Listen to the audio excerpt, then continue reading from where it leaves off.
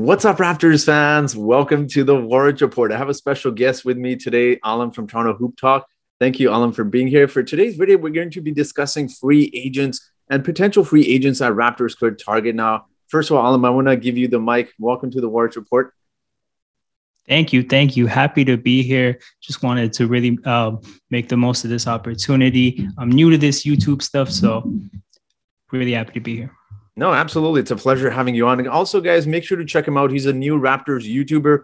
Go hit the subscribe button on his channel. If you haven't already subscribed, hit the subscribe button on my channel as well. So we're going to jump right into it. But first, before we talk about draft targets, I want to ask you a few questions. Now, obviously, we have drafted Christian Koloko.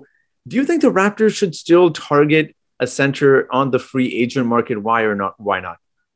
If it's not Mo Bamba, I'm okay. I don't need another center. The reason being, I want us to carry on with the playing style we started to develop last year. I think Mo Bamba is the only clean fit to that. I look at our roster. We have Khem Birch. We have Christian Koloko. That's one spot to me. That's the backup five. If Koloko's not ready to play, you play Birch so that the rest of the team is used to playing with a drop defender. And once Koloko's ready to play, he plays. Aside from that, you stick with what we did last year. If you have an opportunity to bring in Bamba, who's a really unique center, you go for that. But if not, no, thank you. No, I agree. Again, it's one of those things. It's not an easy acquisition for the Raptors to get a center because the Raptors play a certain style of play. And we saw that with obviously Aaron Baines and Alex Len. Like those traditional centers don't work with how the Raptors run their offense and defense. So it's really tricky to get a center that's a little bit mobile, that can shoot, that can play good defense, that can rebound. So that's been one of the issues with the Raptors, obviously, for a while now. Now, personally, I think Christian Koloko, I know everyone's very excited, including myself. I think he's still at the very least, a year and a half, 2 years away from being a really good bench piece for the Raptors. We know centers normally take about anywhere from 2 to 5 years to really fully develop. So I think it makes sense for the Raptors to absolutely go for a target. And I'd have to agree with you. You have to go for someone like Mo Bamba. He's a 7 foot. I believe he's just at 7 feet, 7'1". He's got an enormous wingspan of 7'8". He can shoot threes. He can block shots. So I think, and again, Masai Ujiri said this, if he can acquire 15 guys that are like Pascal, that are like OG, he's going to do that. So, and it was obviously reported today too, that Raptors are actually one of the many teams interested in the services of Mo Bamba. Obviously free agencies in a few days. So we'll see what happens. But I agree. It doesn't make sense for the Raptors to sign another 6'10", 6'9" center because obviously we have Khem Birch. Precious can play the center position. We've seen Scotty play at Pascal at times. So again, if you're going to get a center, I think it makes sense to go for a taller center like Mo Bamba. Now I'm going to jump right into the draft targets here. I'm going to jump and open up my list of free agents. Now taking a look at some shooting guards as I'm going to open here. One I really like, and I've been thinking about this for quite some time. What are your thoughts on someone like a Dante DiVincenzo? It really depends on the money with that kind of a signing. You don't want to commit long-term too much because I think generally he's not a player that immediately fits the mold of what we're trying to do. We're looking for size, we're looking for length, we're looking for switchability on defense. For a player that doesn't give you that, you don't want to tie yourself to them for too long. If he wants to come on a 1 or 2 year deal, be a scoring punch off the bench, that's great. But in my personal opinion, we're going to see Gary Trent as a bench player, as a sixth man next year. And DiVincenzo doesn't add enough stuff that's unique to really commit to him for too long. So you're actually saying you're ready to move Gary Trent to the bench. So who would you have moving into the starting lineup then? Give me Precious Achiuwa. The biggest issue with putting Gary Trent on the bench is you miss out on spacing. In my opinion, when you look at a guy like Precious Achiuwa, the way his three-point shot started to fall at the end of the year, you see upside as a floor spacer. Obviously, he's not a player that you're going to want in any shooting situations that aren't catch and shoot threes as of yet, even though you saw some upside. But this is a guy who was a good three-point shooter in college, played in a weird system in Miami that doesn't really want their fives leaving the paint. So I think Precious comes in. He's a decent enough floor spacer. If he gets better, he's more than a decent floor spacer, and he gives us so much more from a defensive standpoint. So I want to see Precious Achiuwa start. I want to see Gary Trent have the freedom to play with maybe some less ball dominant players off the bench and really see what he can do. Well, that is a hot take. I don't know how people will feel in the comment section, given how obviously a lot of people love Gary Trent Jr. I have to agree. I still think the Raptors, for the time being, will probably keep Gary Trent Jr. Now, I like Dante DiVincenzo. I know he doesn't necessarily fit in with the lineup of obviously, 6'7", 6'8", switchable. But I think the Raptors really need someone at the shooting guard backup position for Gary Trent Jr. And he's someone who can shoot threes. But the problem with the Raptors have been in the past, when you take a look at someone like Matt Thomas, is you acquire a 3-point shooter, but he doesn't play defense. Dante DiVincenzo, I think he played pretty good aggressive defense. He's one of those guards that can guard players in case Fred VanVleet can. He gives you a little bit more size at the shooting guard position than, let's say, I know Gary Trent is technically listed at 6'5", but he plays much smaller than his size. And we don't really have a backup shooting guard. So I think Dante DiVincenzo, I'm really high on him. Again, the thing is that term, like how many years do you want to give him? That's the difficult part. You don't want to sign him to a ridiculous 3-4 year contract. So I think somewhere anywhere in the 6 to 8 million, even that might be pushing it a bit for Dante DiVincenzo. Have him on a 2-year contract. I think he can shoot threes. He plays gritty defense, and the Raptors could definitely use him.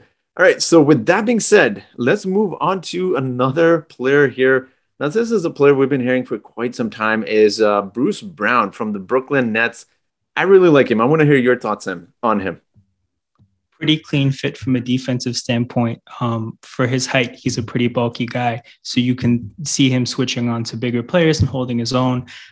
He was basically like the only defender on the court a lot of the times when Brooklyn played. So he's going to step into our environment and fit in really well.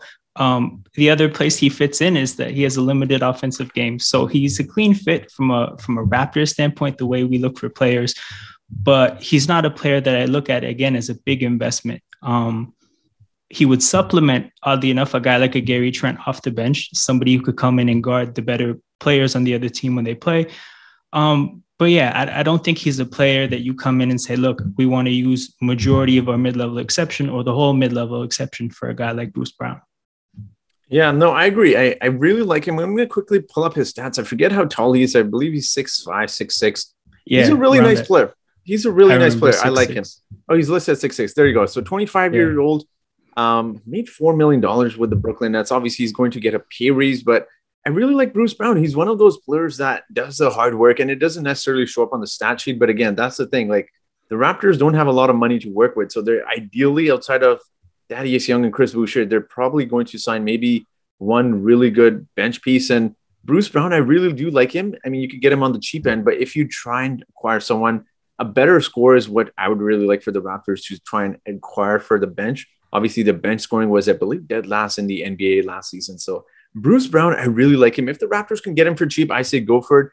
He's a nitty-gritty player who plays really, like, I wouldn't say dirty, but he's one of those players that really like digs into defenses. And Nick Nurse will absolutely love his style of play. So Bruce Brown is someone I definitely keep my eye on in terms of who the Raptors could potentially choose. Now, moving on to player number 3 here. Now, this is someone I believe I've talked about with multiple people, and that is Lonnie Walker. Looney Walker, I don't know, Lonnie Walker. Maybe you can correct me. Yeah, Lonnie, there you go. So Lonnie Walker, I don't know how you feel about him. How do you like Lonnie? I have memories of him torching a team in Summer League. That's my earliest Lonnie Walker memory. Scoring upside with him, obviously, you don't look at him and I think see a great fit from a defensive standpoint into the Raptors scheme. That being said, we do need a scoring punch.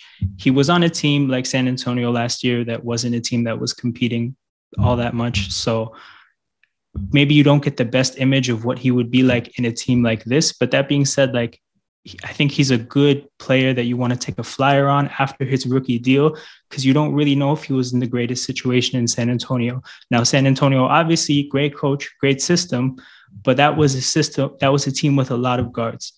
And he maybe wasn't given the opportunity to just like, here's 36 minutes, go crazy. So not that he'll get that in Toronto, but maybe we'll be able to see him play better in Toronto, where he's more of a lead guard off the bench if Gary Trent's starting. Yeah, and I actually had to pull up his stats here. I was actually surprised. I thought he's a lot taller. He's listed at 6'4", 204 pounds. He's still only 23 years old. Last season with the Spurs, averaged 12 points in 23 minutes played. Average 12 points. Again, nothing really stands out. 2.6 rebounds, 2.6 assists. 3-point shot wasn't exactly there. He shot 31% off 5 attempts. So again, I like him. I think he's got a great potential with the Raptors. Obviously, Raptors do wonders with working with young players, especially coming off a great system like the San Antonio Spurs. He could be a nice piece off the bench for the Raptors. And again, I'll emphasize this. If the Raptors do decide to use that mid-level exception, I definitely think they really should use it on someone like a shooting guard, small forward, given how many power forwards and centers this team already has. Again, unless you're able to get Mo Bamba, I'm all for it. But if not, I'd probably try to acquire this shooting guard, small forward position. Now, having a look at some of these other guys here, I'm gonna go on a bold take here, and this one's I'm obviously doing for fun here. But what do you think about Bradley Beal? There's some rumors. I don't know how much truth there is to it, but they said he's opting out, but he's wanting to stay in Washington. I don't know what the deal is going on there. Would you potentially do something like a sign and trade Gary Trent Jr., throw in some other pieces for Bradley Beal? Bradley Beal is my guy. Like Bradley Beal is somebody that I look at and think like he gives you the scoring in half court situations that we don't necessarily have. He's also a player that earlier on in his career, you can look at and say, look, he has defensive upside. He's not a liability defensively now. As of late, look, if I was as good as him on a team as bad as Washington, I wouldn't play defense either. So I wouldn't hold a whole lot of the recent stuff against him. He's a quality scorer. He's not a defensive liability. Some rumors came out about how Washington could play him as a point guard next year. Now, if you put him into the Raptors team, we have two ball dominant players in Pascal and Scotty that are trying to get downhill, trying to get to the basket and play make to others.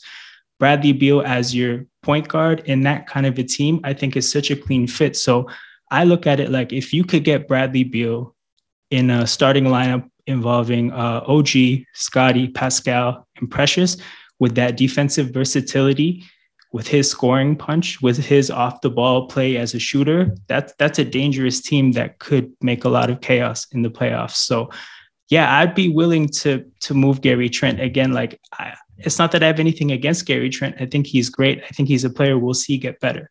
But Bradley Beal's a difference maker. Bradley Beal's age lines up with Pascal pretty well. So now you have like a championship window if you bring in a player like Bradley Beal. I got to ask you, Alan, what happened to you mentioning that lineup? What happened to Fred VanVleet? Hey, man, look, man, we like size. We like scoring. Fred brings a lot. Fred brings a lot to the table. But at the end of the day, we have a set thing we're trying to do. Fred doesn't match it in size. He matches it in other things. He matches it in the fact that he forces turnovers. And that's great. But at the same time, Bradley Beal is more of a difference maker. I don't know if Fred wants to be a bench player. I don't know if he has to be included in the trade. I'm not really sure how that works out. But I think if you have Bradley Beal, you try to maximize size around him. I don't think having Fred at the point guard, Bradley Beal at the two guard, and then I guess like forwards that are sized just the way forwards are in the league and then an undersized five, that kind of goes against what we're trying to do a little bit. So from a size standpoint, I think you want Bradley Beal in that lineup. Yeah, no, I love Bradley Beal. I think the only question, again, I don't have to cover all of his offensive talent that he has because you did all of that. He's obviously fits in well with, in terms of Pascal Siakam and Fred VanVleet. He really fits in with our system. I think he'd be good. His defense is questionable at times. The only thing would be, now personally, I'm keeping Fred in the starting lineup. I don't think Nick Nurse will do that. Obviously, a lot of political reasons, but just because of, Fred being the player he is on this team. But the only question will be now, you have a very small backcourt in Fred VanVleet and Bradley Beal. So that's, again, those are the only questions I'd have. I'm going to throw one more name at you. And I lied. I'm going to throw a couple more names at you here. Victor Oladipo is a name I've been hearing from a lot of Raptors fans. How does he fit in with this team? Do you think the Raptors could sign him? How much would you pay him? And do you think Victor Oladipo would want to come to the Raptors? First question. Do you remember him torching us in Kyle Lowry's return? I remember. Yeah, I remember. I was at the game. So I think I remember it in like a different way because I had to feel the energy that those threes came with. I take Oladipo. He's kind of a weird player because you have to consider the fact that he had some major injury issues. He came back off those injury issues. The fact that he is a player that had knee issues and he's getting older. Those are two things that kind of impact a player's defense. He stepped into the league out of Indiana, a program that really emphasizes defense, came into the league a defensive player. Is he that same defensive player? I don't think so. But that being said, he brings a scoring punch. He still is a good defender. He has his wingspan going for him. He's a pretty good fit. I'd want him on the team. I saw there was a rumor going around that he's only interested in a one-year deal because he wants to rebuild his value and get back into the market. So if that's the case, I give him a one-year deal. I give him the full MLE. And we go from there. We figure it out. And then the next time I'm at a Raptors game and he makes those threes, I feel good about it. Well, that must have been a hell of a game to attend. But Victor Oladipo, ultimately, I'm gonna say he would be the perfect player for the Raptors off the bench. We saw what he did against guys like Jaylen Brown in that playoff series, Miami versus Boston. He was a very, very solid defender. He gets in there for those sneaky steals. I really like him. I think he'd be the perfect six-man off of the bench for the Raptors. He can really come in and produce some points. The only issue I will say is, again, like you said, he's looking for a one-year contract, so it could be the Raptors could technically offer him a 1+1, a player option, just in case he gets injured, he can obviously opt in. But I think he's actually not going to come to the Raptors for one reason, because I saw these rumors online suggesting that he wants to leave the Miami Heat, and he actually wants to, believe it or not, go to a team like the Sacramento Kings. But the reason he wants to go there is because he's going to get a bigger role offensively. He's going to be a part of that team and really obviously get more touches, but also just a chance to prove himself, which I think he desperately wants to do. I don't know if he is able to do that on the Raptors team, because obviously he's going to be in the pecking order of Pascal Siakam. You got OG Anunoby, you got Fred VanVleet, you got Scotty Barnes. Maybe you could argue Gary Trent and Victor Oladipo there, but again, he's not going to be not even close to the top of the pecking order. So I don't necessarily see Victor Oladipo wanting to sign with the Raptors. I could see the Raptors being interested and maybe offering a $9-10 million deal for 1+1, but again, like I said, I don't see him signing with the Raptors. But let's talk about our last player on our list here. This is a name we've been hearing a lot of, and that is Gary Harris. Gary Harris, oddly enough, I think he has some similarities with Oladipo in the sense that he's a player that came into the league, a defensive player. He had some injury issues and he rebuilt his value last year. His three-point shooting numbers were good last year. Again, I wouldn't take defensive effort too seriously when a veteran player is on a bad team. That's not to say that he's going to come in and be great. It's just to say that if he does come into Toronto, I'm sure that the coaching staff and the management will make clear to him, hey, this is how we play. And if he comes in, he'll have bought into it. So he's a player that I would look at as, if you can't get Oladipo, you pivot immediately to Gary Harris. But yeah, a player that you have to look at, like he's an off the ball shooter. He's going to hit threes when they come to him. He's the kind of player that can have a bench role, but also finish games in the starting lineup if that's what the game dictates. Like, it's okay to be a sixth man in the sense that if you're a player that gets 30 minutes a game, that's not an indictment. So he's a player that maybe could have certain games that go like that if that's what the game dictates. So yeah, I'd be interested in Gary Harris. Yeah, me too. Like Gary Harris, again, like I said, we've been hearing his name for several months before even at the NBA trade deadline. Gary Harris, what I like about him, I'm pulling his stats up right in front of me, 36% career three-point shooter, but also the fact that he shot 38.4% on 5 attempts per game. Per game. That is just amazing. I know like his field goal percentages was decent, 43.4, nothing spectacular there. Again, he doesn't give you a lot, but we need three-point shooting and we need scoring off of the bench. And I think that is one of the biggest things the Raptors need to address this offseason, because if not, we're going to be seeing our starters play in heavy minutes again. I know we have Thaddeus Young. We probably could bring back Chris Boucher. Well, obviously, you got Precious there as well, but we really need a player at that shooting guard position, which the Raptors desperately need. I'm actually really high, by the way, on Justin Champagnie.